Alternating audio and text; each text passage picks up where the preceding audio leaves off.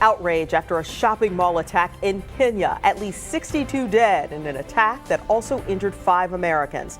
Tonight, President Obama says the U.S. stands with Kenya in condemning the attack. Thank you for joining us at 5:30. I'm Tracy Townsend. And I'm Kurt Ludlow. Tonight, security experts right here in Central Ohio are reacting to the scenes of horror from overseas.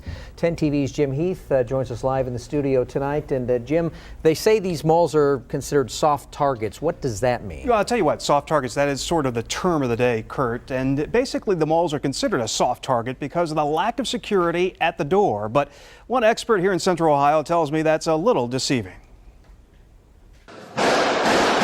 The terrorist mall attack in Kenya, carried out by a Somali group linked to Al-Qaeda, has many asking, could a similar mall attack happen here? The reality is that the odds are so remote that it's, I'm more worried about getting hit by a truck on the way home from campus tonight. Craig Jenkins from The Ohio State University says mall attacks in the U.S. are rare because security's been increased. They can tell if large pieces of metal go in and out.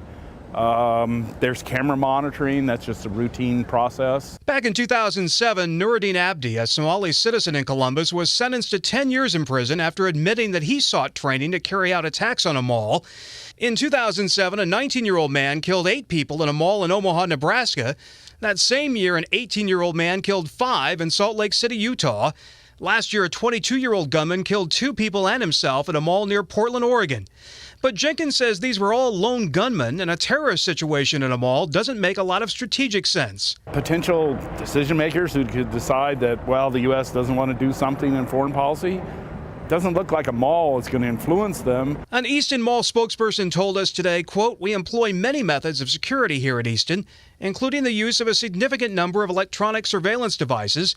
We don't share the placement and details of those devices and our security measures." Should point out here, we reached out to other malls today, but they were reluctant to share their security procedures. Craig Jenkins, by the way, has been studying terrorist groups for decades now, and he says the circumstances in Kenya are obviously much different than here. An organized attack on a mall, guys, very, very unlikely. So, Jim, what do we know about security at the mall? Well, as Jenkins was talking about, we've seen a lot of increase to security the past few years. He points out that there are securities on every corner. At Easton, you might notice there were 5 in a parking lot at all in total. And they have the ability to be alerted every time a piece of metal enters a mall, so that there's a lot of security going on behind the scenes that we're not even, frankly, aware of. That's fascinating. I didn't know that, but it's good to know that. Like a scanner. Yeah, absolutely. Yeah.